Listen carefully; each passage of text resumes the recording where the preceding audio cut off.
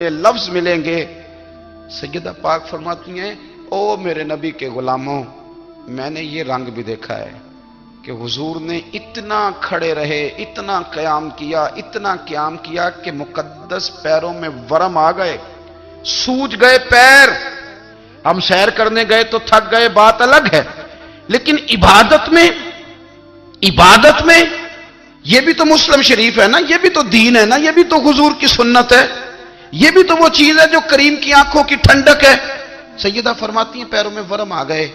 اور ساری رات ہی حضور نے نماز پڑھی اور ایک ہی آیت بار بار دہرائی۔ مسجد نبوی میں بلال حبشی نے فجر کی اذان دے دی اور حضور ابھی مصلی پہ تھے، کریم فارغ ہوئے۔ میں نے عرض کی یا رسول اللہ صلی اللہ علیہ وسلم، آپ کے تو صدقے اللہ اگلے پچھلوں کے گناہ معاف کرے گا،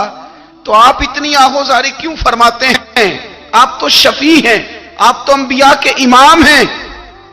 تو حضور نے فرمایا عائشہ تم نے گنوایا ہے نا میرے اللہ کی مجھ پر کتنی رحمت ہے، افلا اکون عبدا شکورا، فرمایا اگر اس نے اتنی نعمتیں دی ہیں تو کیا میں اس کا شکر گزار بندہ نہ بنوں؟ میں شکر گزار بندہ نہ بنوں اس کا؟ پھر اگر اتنی نعمتیں اس نے دی ہیں، مجھے اتنا نوازا ہے، تو پھر میں اس کے سامنے سجدے نہ کروں؟ او میرے بھائی،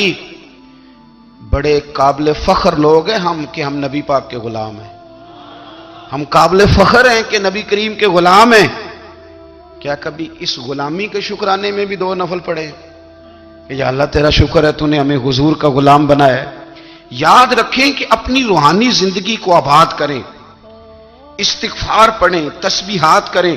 کچھ چھوٹے چھوٹے اعمال ہیں ان کو اپنی زندگی میں حصہ بنائیں۔ ترمذی شریف میں حدیث ہے، نبی پاک صلی اللہ علیہ وسلم نے فرمایا 3 مرتبہ صبح، 3 مرتبہ شام اعوذ باللہ السمیع العلیم 3 دفعہ یہ پڑھو، اور 1 دفعہ سورۃ حشر کی آخری 3 آیات، واللہ الذی لا الہ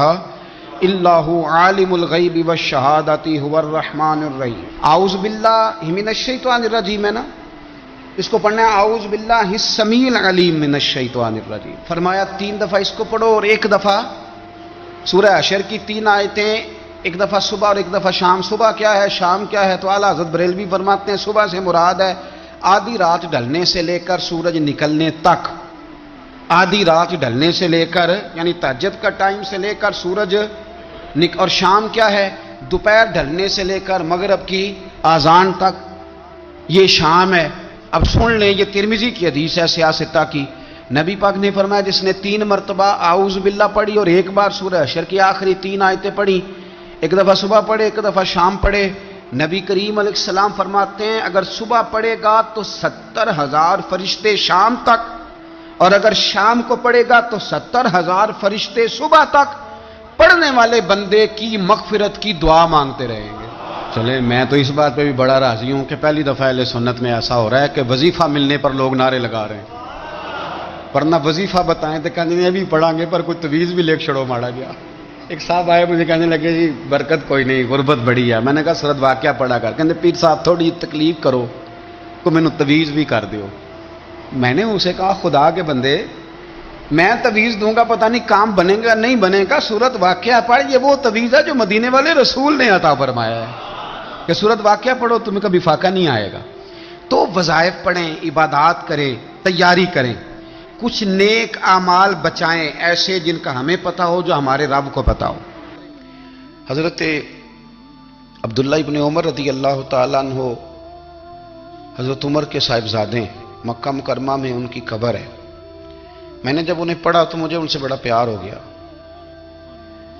لیکن آپ کو پتہ ہے وہاں جا کے کسی شخص کا مزار تلاش کرنا یا پوچھنا ایک مشکل کام ہوتا ہے۔ تو ایک دفعہ میں مکہ شریف میں حاضر تھا، تو ایک گاڑی والا ڈرائیور مجھے کہنے لگا کہ مولانا میں آپ کو جانتا ہوں، مجھے آپ سے محبت ہے، ایک بات بتاؤں آپ کو؟ میں نے کہا بتاؤ۔ کہنے لگے حضرت عبداللہ ابن عمر کی قبر دیکھنی ہے۔ میں نے کہا یہ تو نہیں کہہ رہا، یہ کسی نے بندوبست کرایا ہے، یہ اللہ نے تیرے دل میں بات ڈالی ہے، یہ ہو گیا تو لے چل مجھے۔ حضرت عبداللہ ابن عمر کو نبی پاک نے فرمایا تھا راجل صالح، یہ نیک بندہ ہے، یہ متقی آدمی۔ حضرت عبداللہ ابن عمر رضی اللہ تعالیٰ عنہ سیدنا فاروق اعظم رضی اللہ تعالیٰ عنہ کے صاحبزادے ہیں، اور ان کی ہمشیرہ سیدہ حفصہ رضی اللہ تعالیٰ عنہ حضور کی زوجہ محترمہ ہے۔ ایک دن اپنی ہمشیرہ سے کہنے لگے کہ نبی کریم صلی اللہ تعالیٰ علیہ وسلم گھر میں آئے نا، اور اگر حضور غم امت میں پریشان نہ ہوں، طبیعت کو حشاش بشاش دیکھو، تو ذرا پوچھنا تو صحیح حضور کا میرے بارے میں کیا خیال ہے، پوچھنا تو صحیح کہ کریم کی بارگاہ میں میرا کیا مقام ہے، میرے بارے میں حضور کیا فرماتے ہیں۔ اب بہن کو کام بتائے، اور بتائے بھی بھائی،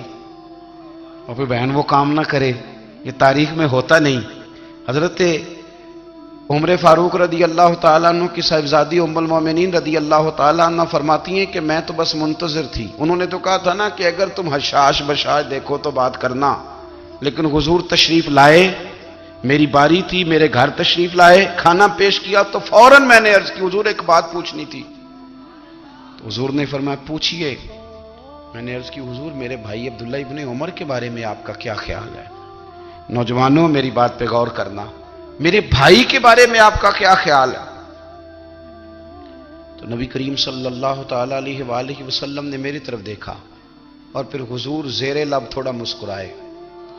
اور بریلی کے امام کہتے ہیں کہ حضور مسکرا دیتے تھے نا تو جو بڑا دکھی ہوتا تھا وہ بھی ہنس پڑتا تھا۔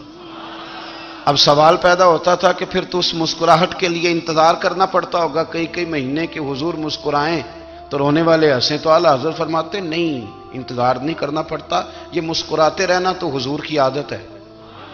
جس کی تسکین سے روتے ہوئے ہنس پڑے، اس تبسم کی عادت پہ لاکھوں سلام۔ یعنی یہ تو عادت ہے حضور کی مسکراتے رہنا، اس کے لیے انتظار نہیں کرنا پڑتا۔ بھائیو آپ خیال رکھیں گے، غور کریں گے، حضرت عبداللہ ابن عمر رضی اللہ تعالیٰ عنہ کے بارے میں پوچھا تو سیدہ فرماتی ہیں کہ نبی کریم صلی اللہ تعالیٰ علیہ وسلم نہ زیر لب مسکرائے اور فرمایا حفصہ تیرا بھائی ہے تو اچھا، لیکن میں نے سنا ہے کہ عشاء کی نماز پڑھتا ہے تو فجر تک سویا ہی رہتا ہے۔ او نوجوانوں، 10 بجے تک سونے کی بات نہیں ہوئی، 9 بجے تک سونے کی بات نہیں ہوئی، 11 بجے اٹھنے کی بات نہیں۔ حضور فرمانے لگے میں نے سنا ہے کہ عشاء کی نماز پڑھ کے سو جاتا ہے اور فجر تک سویا ہی رہتا ہے، اسے چاہیے کہ تہجد کے وقت اٹھا کرے، اللہ کی بارگاہ میں حاضر ہوا کرے،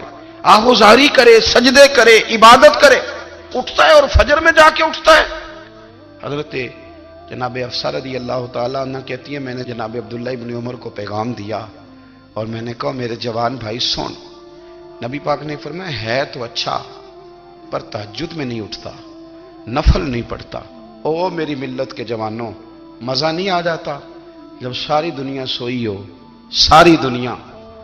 اور بستر بھی گرم ہو اور نیند بھی پورا غلبہ کر رہی ہو، اور اچانک گھنٹی بجے دماغ میں، آنکھ کھلے، گھڑی پہ نظر پڑے، 3:30 4 بجے کا پیغام گھڑی بتائے، اور کوئی چڑھتی جوانی والا اٹھ کے وضو کرے، اور جب وہ مصلی کھول کے بچھائے تو مدینے والے محبوب کہتے ہیں کہ ہر نماز پہ رب ثواب دیتا ہے، اور جو اٹھ کے تہجد کی نماز پڑھے اسے دیکھ کے تو رب مسکراتا ہے، جو اس کی شان کے لائق ہے، جو اس کی شان کے لائق، وہ مسکراتا ہے، خوش ہوتا ہے کہ میرا بندہ تہجد میں اٹھ گیا، وہ مسکراتا ہے۔ کاش ہماری صبحیں کبھی اپنے مالک کے نام ہو جائیں، کاش کے صبحیں۔ حضرت ابو الحسن رحمت اللہ تعالی علیہ حضرت معاذ ابن جبل رضی اللہ تعالیٰ عنہ کے پاس بیٹھا کرتے تھے، فرماتے ہیں ان سے جو پیار بڑھا تو پھر میرا مصلی سے بھی بڑھ گیا۔ تابعی ہیں، فرماتے ہیں صحابی رسول سے محبت ہوئی تو ذکر سے بھی ہو گئی، پھر درود شریف سے بھی ہو گئی، محبت ان سے بڑھی تو پھر اللہ نے مسجد کا پیار بھی بڑھا دیا۔ آپ فرماتے ہیں کہ میری ہر وقت طبیعت چاہتی تھی کہ بس اللہ اللہ کروں، بس اللہ اللہ کروں، بس نہ میں ذرا تھوڑی جان چھڑاؤں لوگوں سے، کوئی 10 منٹ ملے تو میں کوئی 4 نفل پڑھ لوں، میں تھوڑا سا نہ بچوں لوگوں سے، اور مجھے تسبیح ملے تو میں نہ کوئی 400-500 دفعہ استغفار پڑھوں، سبحان اللہ، الحمدللہ، اللہ اکبر، لا حول ولا قوت الا باللہ، میں نہ تسبیحات پڑھوں۔ فرماتے ہیں کہ بچے تھے گھر میں 6-7، غربت تھی، کام ملتا کوئی نہیں تھا، اور میں کام چور نہیں تھا، کام ڈھونڈتا تھا، پر اللہ کی قدرت کے کام نہیں ملتا تھا۔ فرماتے ہیں کہ میں نے ایک دن اپنی اہلیہ سے کہا کہ آج میں پھر جاتا ہوں کام ڈھونڈنے، تو میری بیوی بڑی فرما بردار تھی، پر اس دن نہ غربت کے ہاتھوں